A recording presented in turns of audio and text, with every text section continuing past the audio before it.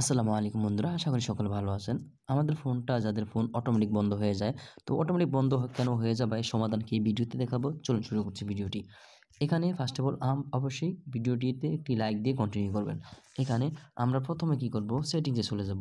সেটিংসে আসলাম, সেটিংসে আসার পর এখানে আমরা খুঁজে বের করব শিডিউল, এস এস শিডিউল খুঁজে বের, এই যে দেখতে পাচ্ছেন চলে আসছে SSHDC লেখার পর এখানে দেখতে পাচ্ছেন schedule power on of and restart, এখানে ক্লিক করব। এখানে ক্লিক করার পর দেখতে পাচ্ছেন এরকম যদি দেখায়, তো আপনার এখানে থাকতে পারে এই যে এগুলো অন থাকতে পারে। এগুলো অন থাকার পরে এই যে দেখতে পাচ্ছেন সময় আছে, এই সময় অনুযায়ী এই ফোনটা বন্ধ হয়ে যাবে। আবার এখানে দেখতে পাচ্ছেন নিচে যদি থাকে তা পাওয়ার অফ, বা নিচে দেখতে পাওয়ার অন, ঠিক আছে, বা রিস্টার্ট হয়ে যায় অটোমেটিক। তো এরকম সমস্যাগুলো থাকলে অবশ্যই এখানে এসে চেক করবেন প্রথমে। তো আমরা যদি দেখি এখানে অন করা আছে তাহলে এটাকে অফ করে দেব। ঠিক আছে, আমি সবগুলো অফ করে দিচ্ছি। প্রথম সমস্যা এটা, যদি আপনার এখানে অন থাকে তাহলে বুঝবেন আপনার এখানেই প্রবলেম ছিল। এই জন্য এগুলো অফ করে দিয়ে আপনার এটা ঠিক হয়ে যাবে। ২ নম্বরে এখানে আমরা দেখতে পাচ্ছি যে অ্যাপসগুলো আমরা বেশি ব্যবহার করি, সেই অ্যাপসগুলোর মধ্যে চলে যাব। আমি যেমন কিছু অ্যাপ দেখাচ্ছি এখানে, যেমন যে ফটোস, তো এর মধ্যে চেপে ধরে রাখবো আমরা, চেপে ধরে এই যে অ্যাপ ইনফো দেখতে পাচ্ছেন, এখানে ক্লিক করতে হবে। অ্যাপ ইনফো, এখানে আই বাটন, শুধু আই বাটনটা থাকতে পারে, এখানে ক্লিক করলাম। ক্লিক করার পর এখানে চলে যাব স্টোরেজ অ্যান্ড কেস, এখানে ক্লিক করব। এর মধ্যে যত কেস ফাইল জমা হয়ে আছে এগুলো আমরা ক্লিয়ার করব। দেখতে পাচ্ছেন টোটাল 524 MB কেস ফাইল। এখানে যদি আমি ক্লিয়ার কেস, এখানে ক্লিয়ার স্টোরেজ দেওয়ার প্রয়োজন নেই, এই যে ক্লিয়ার কেস এখানে ক্লিক করবেন। একটু অন্যরকম থাকতে পারে, লেখা থাকবে ক্লিয়ার কেস। তো এখানে ক্লিয়ার কেসে ক্লিক করব 524। তো এইখানে যদি আমরা ক্লিয়ার কেসে ক্লিক করি, তো দেখতে পাচ্ছেন 154 হয়ে গেছে। তার মানে এতগুলো ক্লিয়ার, এত এমবি ক্লিয়ার কেস জমা হয়েছিল।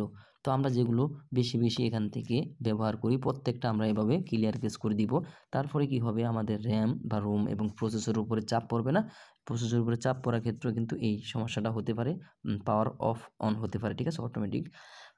এরপর আমরা কি করব, দেখতে পাচ্ছেন এখানে আমরা যে অ্যাপসগুলো সচরাচর ব্যবহার না করি, অবশ্যই সেই অ্যাপসগুলো আমরা এখান থেকে ডিএক্টিভ করে দিব, মানে আনইনস্টল করে দিব, ঠিক আছে।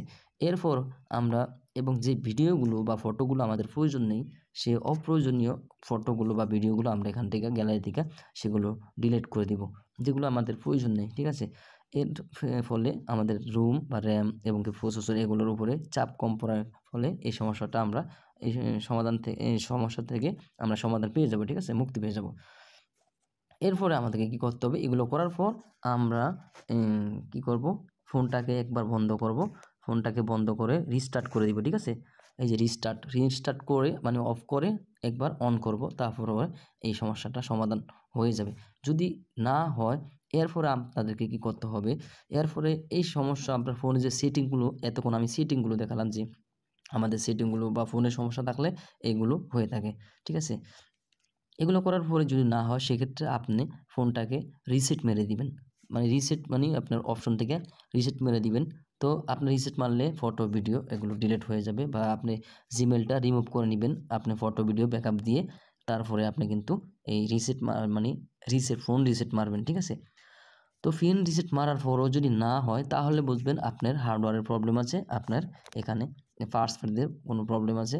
তো এইখানে আপনাদেরকে অবশ্যই আপনার মেকানিক্সের কাছে যেতে হবে, মোবাইল সার্ভিসিংয়ে গিয়ে তারপরে পাওয়ার কাজ করে এটা সমাধান করতে হবে। তো ফার্স্ট অফ অল আগেই কিন্তু আমরা অবশ্যই মেকানিক্সের কাছে যাব না, মানে মোবাইল সার্ভিসিংয়ে যাব না, আগে এই প্রাথমিক চিকিৎসাগুলো করে নিব, তারপরে কিন্তু আমরা আপনার মোবাইল সার্ভিসিংয়ে গিয়ে এটা সমাধান করব।